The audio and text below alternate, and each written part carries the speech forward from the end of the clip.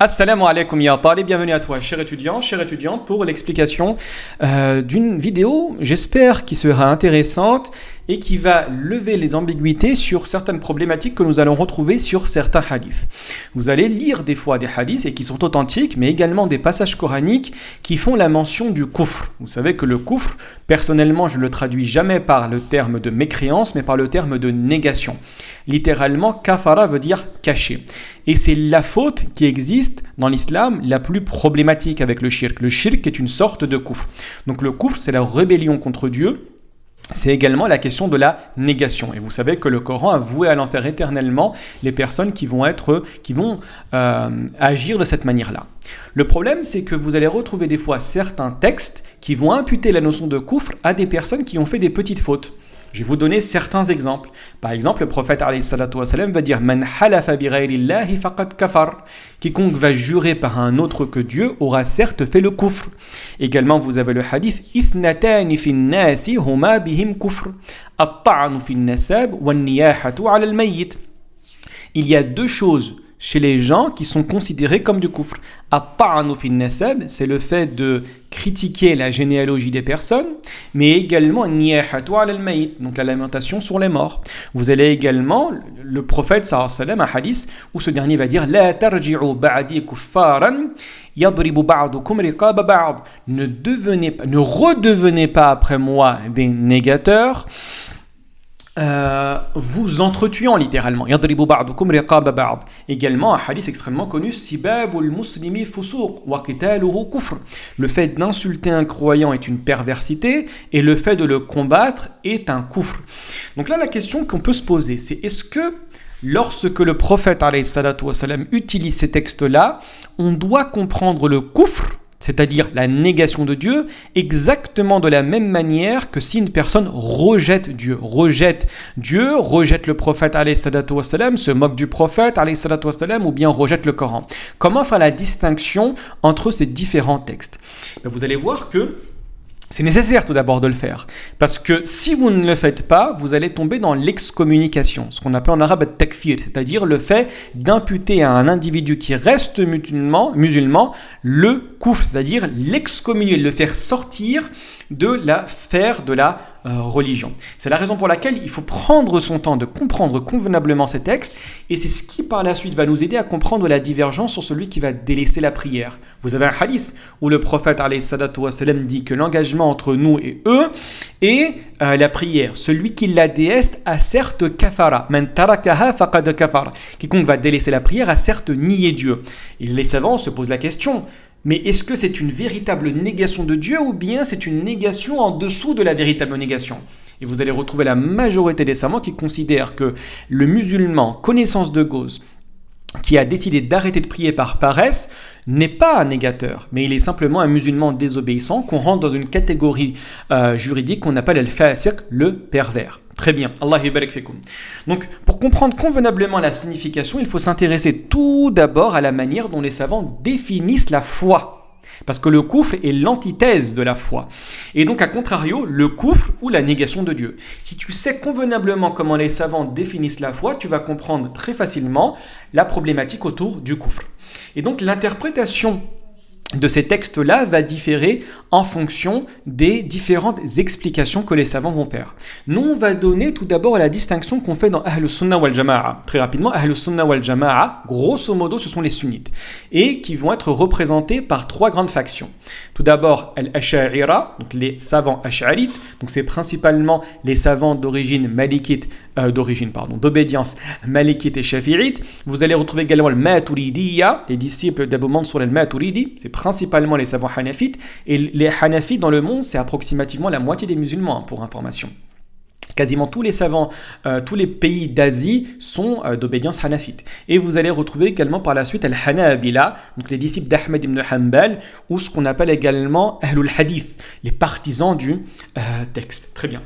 Donc pour la majorité des savants sur l'interprétation de la foi, donc l'école malikite, l'école de l'imam Shafi'i, également l'école de l'imam Ahmed, vont considérer que la foi, dans sa définition, est une croyance par le cœur, une reconnaissance par la langue et également des actes avec les membres. Donc ils disent tasdiqun bil lisan wa iqrarun tasdiqun bil janan tasdiqun bil janan, donc une croyance du cœur, wa iqrarun bil lisan, une reconnaissance par la langue, wa amalun bil arkan, et des actes avec les membres. Et par contre, vous allez retrouver l'école hanafite, donc avec son fondateur Abu Hanifa, qui va considérer que la foi est uniquement tasdiqun bil janan wa iqrarun bil lisan. C'est une connaissance et une croyance avec le cœur et une reconnaissance par la langue. Donc vous allez voir qu'ils ne vont pas considérer les actes comme faisant partie intégrante de la foi. Et ces deux avis sont présents chez Ahl-Sunnah wal Jama'a, sachant que le premier, et que j'ai évoqué, est celui de la majorité. Donc les savants de la majorité, quand ils vont parler du kufr, ils vont faire une distinction entre deux grandes catégories. Puisqu'ils ont inclus les actes que nous réalisons, la prière, la zakat, le fait de dire salamu alaykum, etc., comme des actes de la foi, ils vont considérer que le kufr sera aussi bien présent dans le cœur que dans les membres. C'est pour ça qu'ils ont fait une classification entre le kufr al-i'tiqadi ou le kufr al-amali. Le kufr al-i'tiqadi renvoie à la négation du cœur et le kufr al-amali, c'est une négation mais dans les membres. Le premier généralement fait sortir de la foi, tandis que le deuxième est considéré comme une grande faute. C'est ça la classification qu'on fait entre les deux. D'accord ? Donc le kufr dans le domaine de la croyance, le kufr al-i'tiqadi, qui exclut l'individu de la sphère de la foi, ou effectivement va être un acte qui relève de l'excommunication. Une personne qui va se prosterner pour un autre que Dieu est un kufr i'tiqadi. Une personne qui va également prendre le Coran et le jeter à la poubelle, c'est un kufr i'tiqadi. Une personne qui va nier l'existence de Dieu, ça relève du cœur, des actes du cœur. Et donc il va se rebeller contre Dieu, le nier, donc c'est un kufr i'tiqadi qui fait sortir l'individu de la sphère de la foi. Par contre, le kufr al-amali, donc le kufr dans les actions, est considéré comme une faute non excommunicatrice. C'est la raison pour laquelle les hadiths que j'ai évoqués en haut font référence à des actes qui sont non excommunicatrices. D'accord ? Des actions non excommunicatrices. Le fait de jurer par un autre que Dieu. Le prophète sallallahu alayhi wa sallam l'a nommé de kufr, mais c'est un kufr amali. Le fait de combattre un musulman, c'est un kufr amali. Le fait également de se moquer et d'insulter et de critiquer la généalogie d'une personne, la descendance d'une personne, c'est un kufr amali. Le fait également de niyaha, c'est-à-dire la lamentation sur les morts, c'est également un kufr amali. Très bien. Par contre, vous allez retrouver d'un autre côté l'école hanafite, qui vont avoir exactement la même position que la majorité, sauf avec des termes qui sont différents. Eux, ils vont classifier le kufr par un kufr haqiqi ou un kufr majazi. Donc un kufr à comprendre au sens propre et un kufr à comprendre au sens métaphorique. Donc le kufr à comprendre au sens propre, c'est le kufr al-i'tiqadi, celui qui rentre dans le domaine de la foi. C'est l'antithèse de la foi. Donc se prosterner pour un autre que Dieu, rejeter le Coran, rejeter la prophétie de Mohammed alayhi salatu wa salam, c'est un kufr qui relève de la négation de Dieu au niveau de la foi. Par contre, vous allez trouver al-kufr al-majazi. Donc, c'est quelque chose de métaphorique. Et donc, tous les hadiths que j'ai mentionnés pour l'imam Abu Hanifa, c'est considéré comme du kufr métaphorique. Par contre, vous allez retrouver deux grandes autres écoles, alhamdulillahi rabbil alamin, qui aujourd'hui, leurs avis ne sont plus présents parce qu'ils sont assez problématiques. C'est une catégorie de groupes qu'on appelle al-wa'idiyya. Alors, gardez bien cela en tête, qui vont considérer que toute personne, même musulmane, même si elle meurt avec la ilaha illallah, Muhammad Rasulullah, mais qui entrera en enfer à cause du grand nombre de mauvaises actions qu'elle a réalisées, ne sortira plus jamais de l'enfer. Donc c'est principalement trois grandes écoles. Donc vous avez le Mu'tazila, ensuite vous avez al-Khawarij et enfin vous avez l'Ibadiyya. Alors l'Ibadiyya, vous allez voir qu'on va énormément les retrouver à Oman, qui vont avoir trois grands différends avec Ahl-Sunnah wal Jama'a. Principalement autour de la vision de Dieu. Ils considèrent que Dieu ne sera jamais vu par un négateur ou par un musulman, même au paradis. Également, ils vont considérer que le Coran est créé. Et la troisième des choses, c'est ce que je viens de dire, c'est qu'ils considèrent que toute personne, même si musulmane, entrera en enfer, ne sortira plus jamais de l'enfer. D'accord ?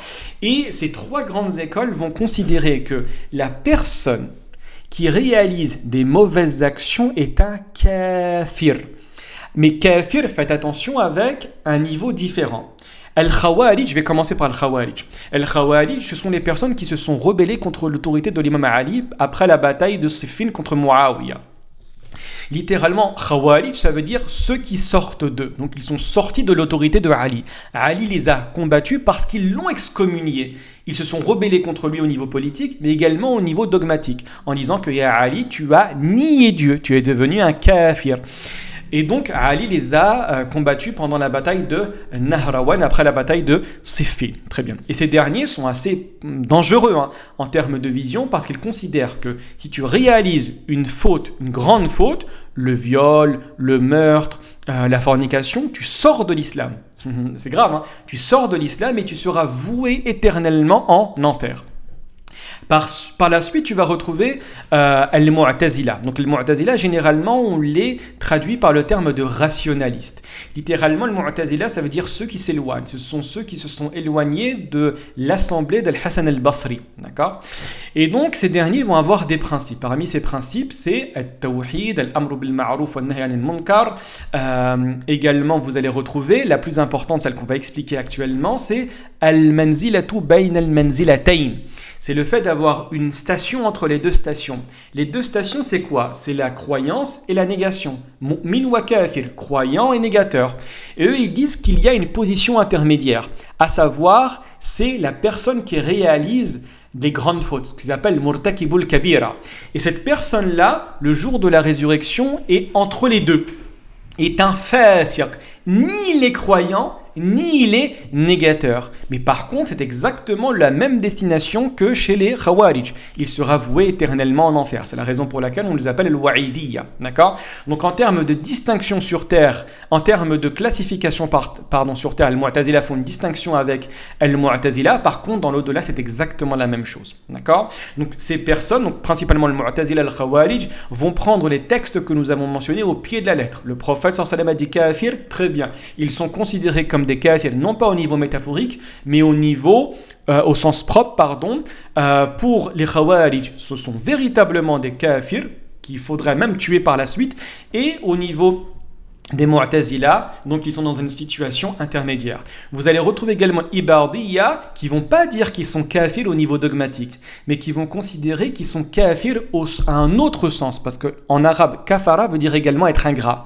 Donc c'est ce qu'on appelle en arabe kafir al-ni'ma, celui qui va nier le bienfait que Dieu a donné. Donc on les a appelés à l'époque, on les a considérés comme ressemblant aux Khawarij, mais simplement sous cet aspect-là. Ils ont utilisé le terme de kafir, mais non pas un kafir au niveau dogmatique, mais un kafir au niveau de l'absence de reconnaissance des bienfaits que Dieu accorde à ces personnes.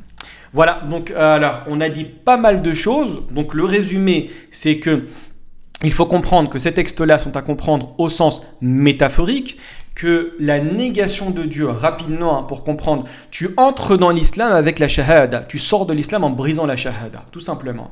Donc une personne qui va dire La ilaha illallah Muhammad Rasulullah devient musulmane. Une personne qui va faire une action qui va briser cette attestation de foi sortira de l'islam. Une personne qui dit il n'y a pas de Dieu, elle a brisé la shahada.